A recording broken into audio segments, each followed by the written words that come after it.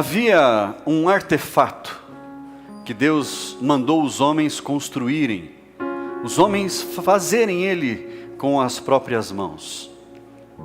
E esse artefato, ele era uma caixa de madeira, revestida de ouro. Iam 2 varões dos lados. Por cima dessa caixa tinha uma tampa, 2 querubins em cima. E essa caixa que foi construída se chamava a Arca da Aliança. A Arca da Aliança. A arca representava a presença do Senhor. Onde a arca estava, havia a presença de Deus.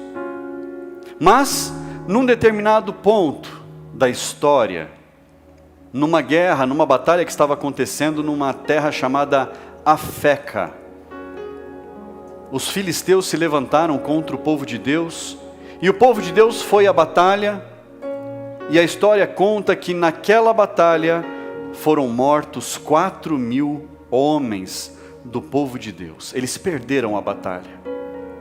E aí 2 filhos de um sacerdote chamado Eli tiveram uma ideia.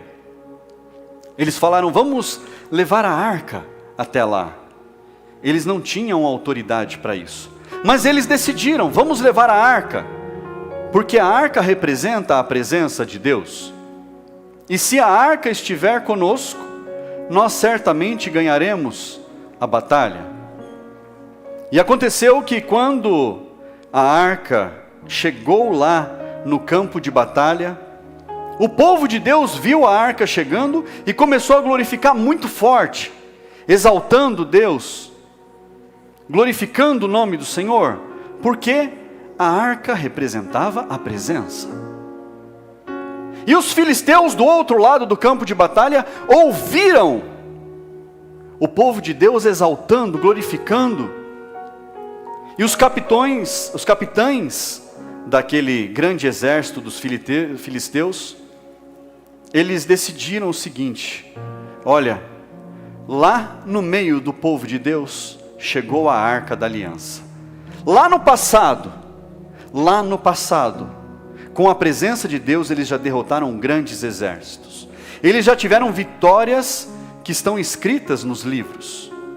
Então, se nós vamos morrer, nós vamos levar o máximo desses homens com a gente. Nós vamos batalhar com toda a nossa força. E os filisteus tomaram um posicionamento. E eles guerrearam com todas as forças deles.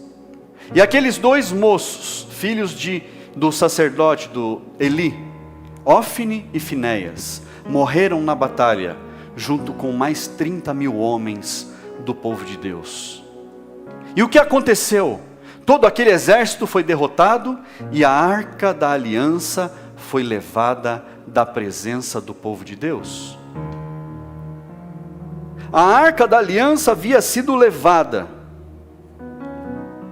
E aconteceram algumas coisas com a Arca da Aliança no meio do caminho, mas no final das contas ela foi parar na casa de uma pessoa chamada Abinadab. E ficou lá durante muito tempo. Fique de pé no seu lugar. 2 Samuel capítulo 6. A partir do versículo 1. Mais uma vez, Davi reuniu todos os escolhidos de Israel, em número de 30.000. Davi se levantou e com todo o povo que tinha consigo, partiu para Baalá de Judá, para de lá trazer a arca de Deus, diante da qual se invoca o nome do Senhor dos Exércitos, que se assenta acima dos querubins. Puseram a arca de Deus numa carroça nova, e a levaram da casa de Abinadab, que ficava numa colina. Uzá e Aiô, filhos de Abinadab, conduziam aquela carroça. Levaram a carroça com a arca de Deus da casa de Abinadab, que ficava na colina, e Aiô ia adiante da arca. Davi e toda a casa de Israel se alegravam diante do Senhor, com todo tipo de instrumentos de madeira, de faia, com harpas, liras, tamborins, pandeiros e símbolos, quando chegaram à eira de Nacon, Uzá estendeu a mão para segurar a arca de Deus, porque os bois tropeçaram. Então a ira do Senhor se acendeu contra os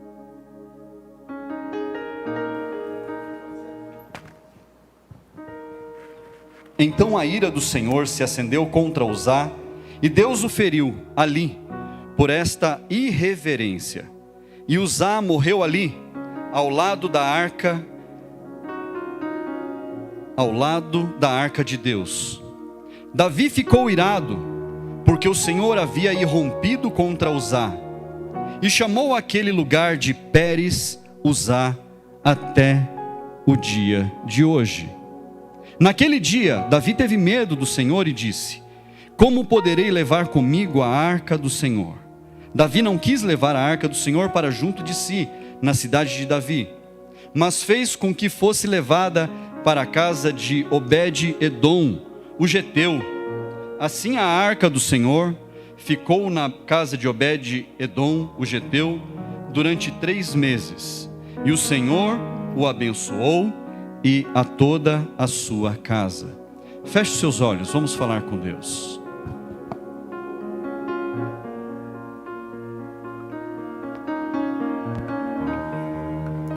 Senhor, nós te engrandecemos nesta noite, te agradecemos, meu Deus, pela tua palavra, e pedimos ao Senhor, meu Deus, que venha falar a cada vida, a cada coração, que o Senhor, meu Deus, venha falar também comigo, e me usar, Pai, como um instrumento em tuas mãos.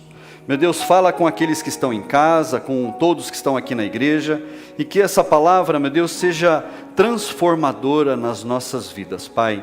Te louvamos e te bendizemos, em nome de Jesus. Amém? Pode se assentar. Aleluia. No texto que nós lemos, nós compreendemos uma missão que Davi tinha de trazer a arca de volta para o povo de Deus. Davi havia construído um grande palácio, uma casa, um lugar onde pudesse colocar a arca. E então Davi, ele faz essa missão com 30.000 homens e vai buscar a arca lá na casa de Abinadab. Mas olha que coisa. Abinadab ficou com a arca durante muito tempo na sua casa. Os 2 filhos de Abinadab, Aiô e Uzá, viam a arca constantemente na sua casa. Tinham a presença de Deus ali. Mas o que Davi fez? Davi, ele fez o melhor que ele podia nas condições que ele tinha no momento. Olha que interessante isso. Pegou um carro de bois novo, que não tinha sido usado para nada.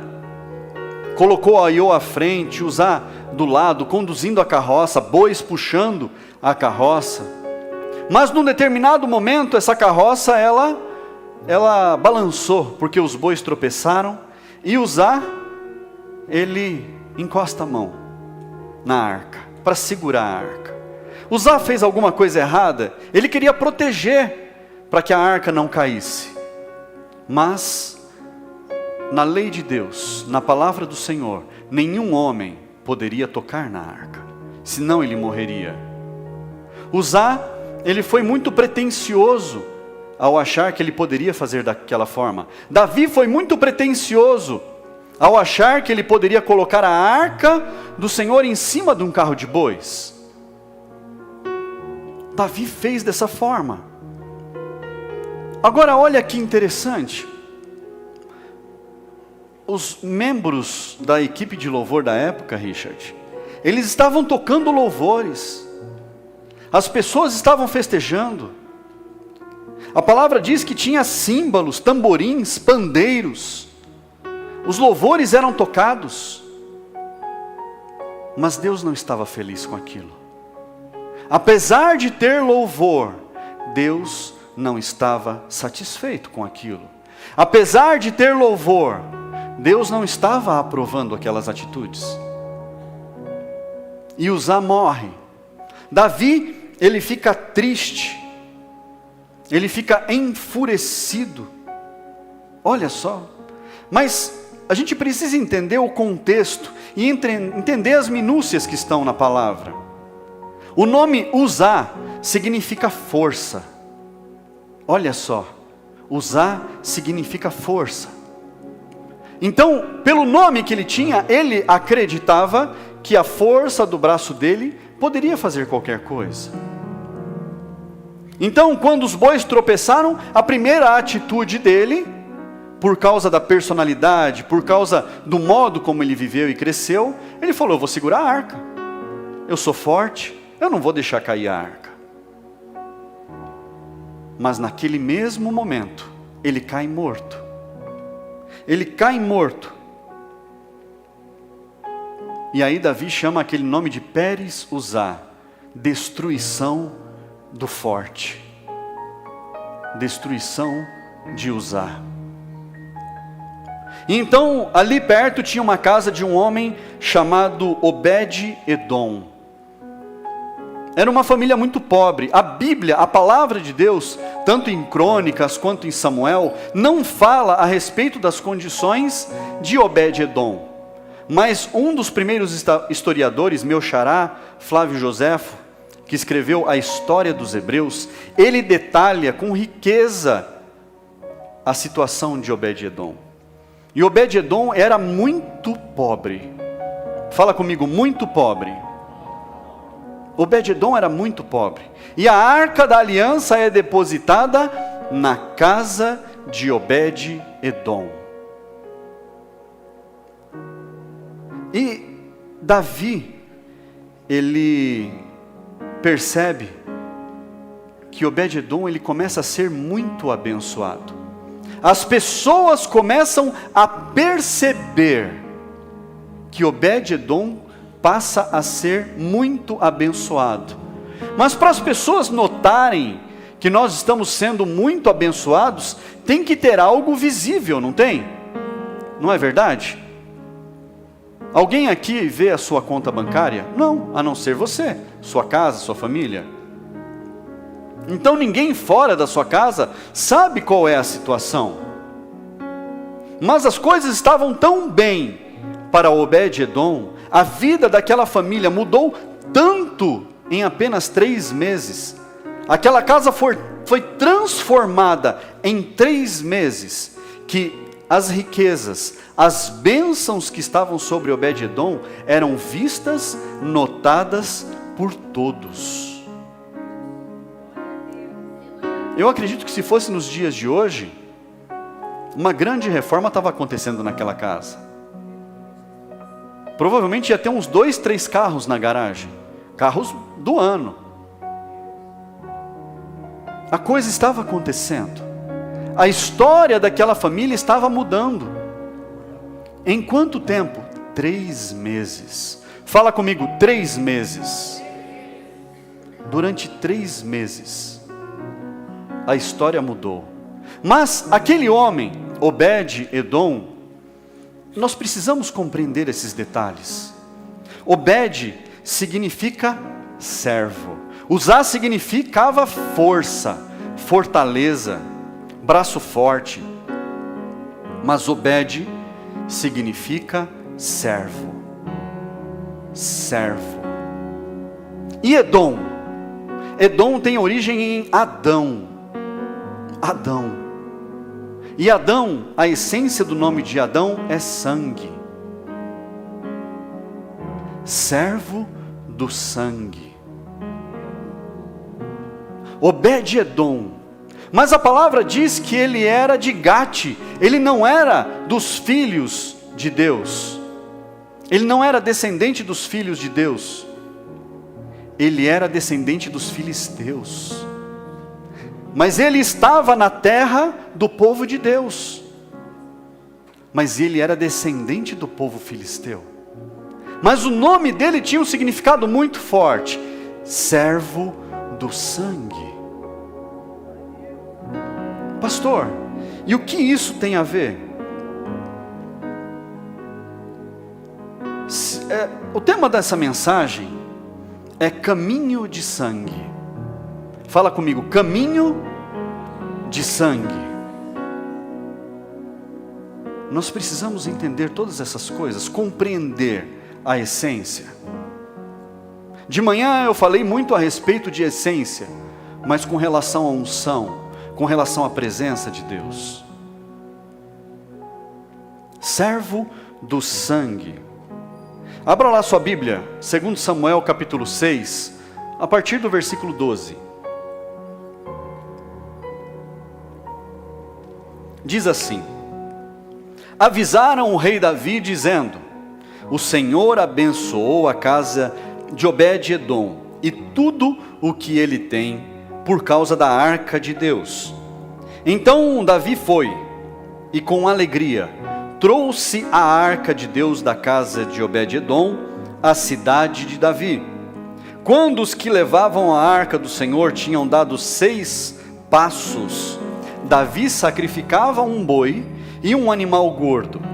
Davi dançava com todas as suas forças diante do Senhor, e ele estava cingido de uma estola sacerdotal de linho. Assim Davi, com todo o Israel, levou a arca do Senhor com júbilo ao som de trombetas. Havia louvor, mas agora era diferente. Lá em 1 Crônicas, capítulo 15, descreve todos os detalhes do que Davi precisou fazer. Não foi apenas lá e falou, vamos levar a arca. Aqui é apenas um resumo da história. Davi chamou os sacerdotes, falou, comecem a se consagrar. Davi chamou os levitas, falou, comecem a se consagrar. Passem a orar, façam jejuns, se consagrem, porque agora nós faremos da maneira correta. Agora nós vamos buscar a arca do Senhor, mas nós vamos fazer como precisa ser feito, como é instruído na sua palavra. Os levitas vão carregar a arca. Os levitas vão trazer a presença do Senhor. O ministério de louvor vai trazer a presença do Senhor.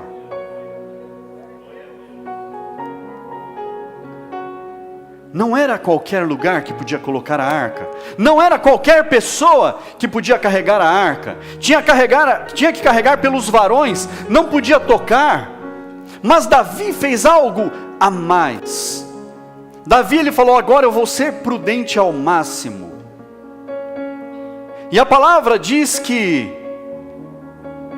eles levantavam a arca, os levitas levantavam a arca, colocavam nos ombros, e eles davam 6 passos, 1, 2, 3, 4, 5, 6, paravam, faziam sacrifícios, cantavam louvores, exaltavam o nome do Senhor, matavam um boi, sacrificavam ao Senhor, sacrificavam um animal gordo,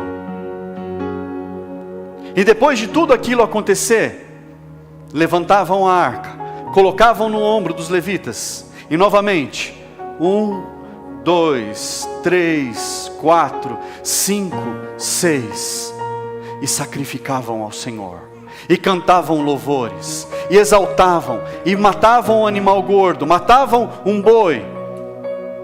Quanto tempo levava isso? Alguém já viu aqui um boi ser morto, ser sacrificado, ser queimado? Leva tempo, leva bastante tempo, mas eles não estavam com pressa. Davi agora estava preocupado em fazer da forma correta. Fala para a pessoa que está do seu lado, ele estava preocupado em fazer da maneira correta. Davam 6 passos e sacrificavam. E ao longo de todo aquele caminho, foi se criando uma mancha de sangue, caminho de sangue. Ao longo de todo aquele caminho, foram acontecendo sacrifícios, louvores ao Senhor. Foi se formando um longo trajeto de sangue. Quanto tempo levou para eles levarem a arca da casa de Obed-edom até a cidade de Davi?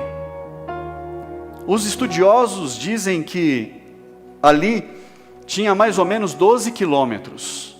12 quilômetros a gente anda rápido, né? De carro, então, faz assim, não é? 10 minutinhos, 8 minutos, dependendo da velocidade do carro, não é? É muito rápido. Se for a pé, gasta aí, quantas horas? 2, 3 horas para andar 12 km a pé?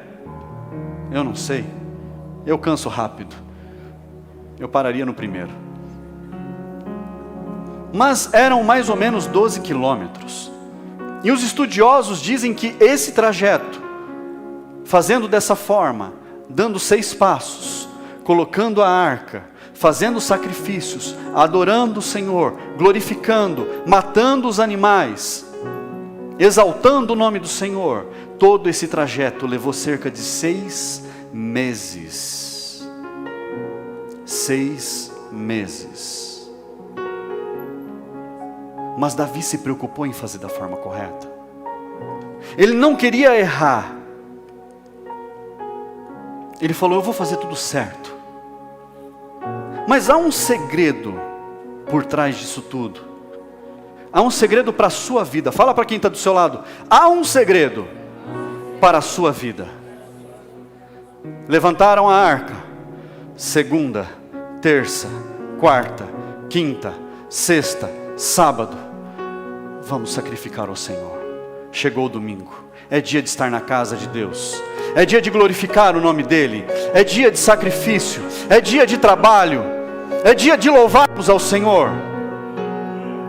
Levanta a arca. Segunda, terça, quarta, quinta, sexta, sábado. É dia de louvar ao Senhor de novo. Nós precisamos fazer direito. Precisamos fazer da forma correta. Não podemos levar de qualquer forma a presença de Deus. Nós não podemos brincar com a presença do Senhor. Pastor, mas eu preciso estar o dia inteiro no domingo na casa de Deus. Se você puder, louvado seja o Senhor por isso. A gente está dentro da casa de Deus desde a quinta-feira, sem sair. Come no escritório, só vai para casa dormir. E essa noite, a gente só foi para tirar cochilo. Tivemos um relógio de oração, que começou às 9 da noite, terminou às 9 da manhã.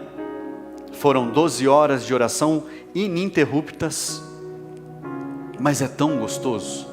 Pela manhã a gente estava cansado, mas o Senhor renovava as nossas forças. Lembre-se, segunda, terça, quarta, quinta, sexta, sábado.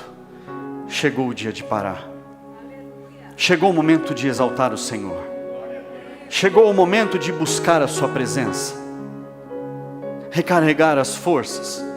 Sacrificar ao Senhor. Adorar o nome dEle. Dançar na presença dEle. Se preparar para ter um encontro com Ele. Se preparar para ter um verdadeiro encontro com o Senhor.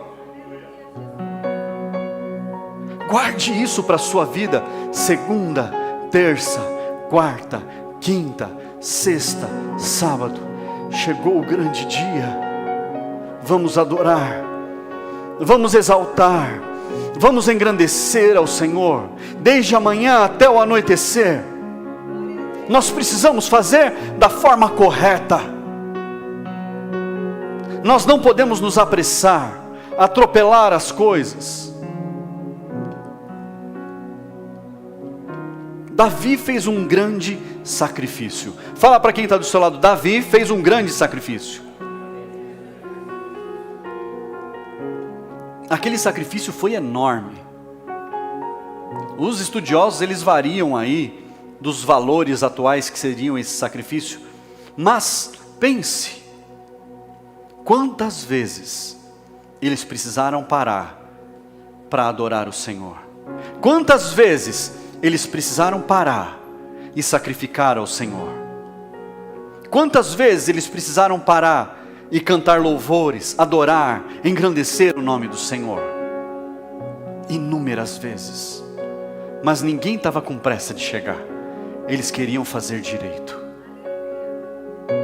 E Obed-Edom, que havia ficado com a arca durante 3 meses na sua casa, Davi nomeou ele chefe do portão.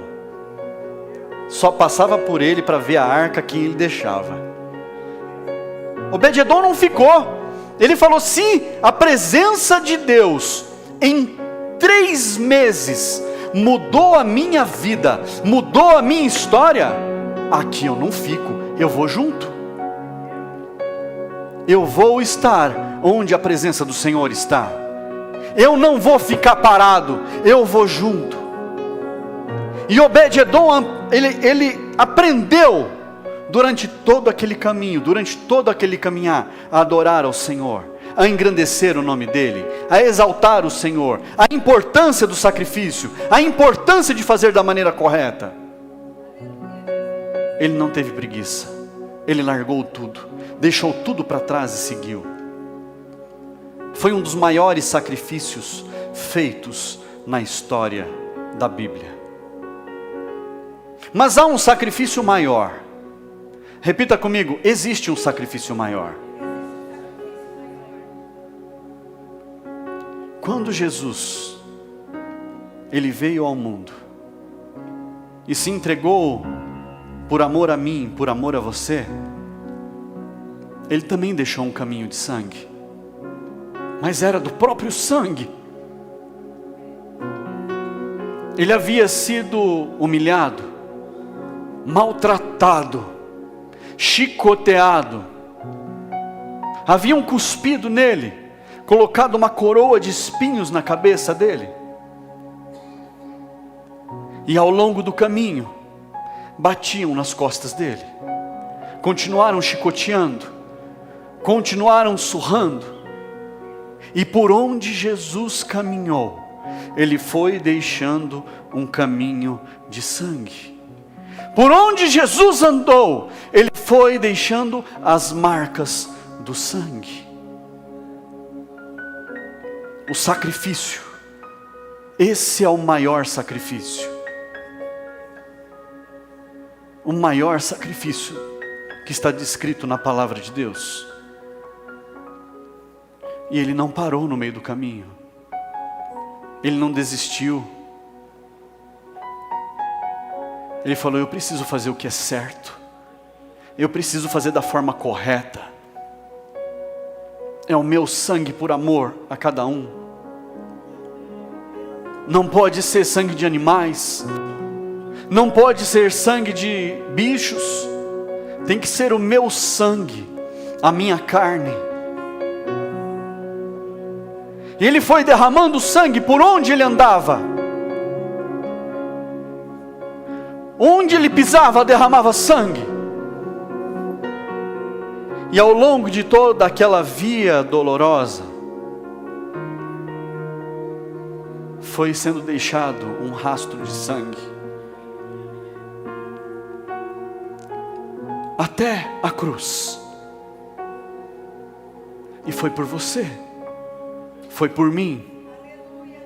Para que nós pudéssemos estar aqui hoje. Para que a nossa família pudesse estar aqui hoje,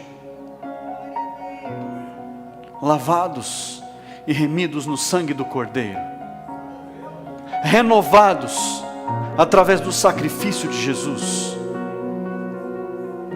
E hoje nós não precisamos carregar uma arca, nós não precisamos ter um artefato, um objeto que represente a presença de Deus. Porque antes de nós abrirmos a porta da igreja, hoje, Ele já estava aqui. Aleluia!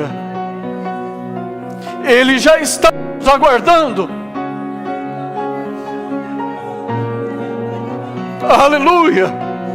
Ele já está esperando. Ele já tinha um encontro marcado com você hoje. Porque você tem fugido, e o Senhor tem te chamado,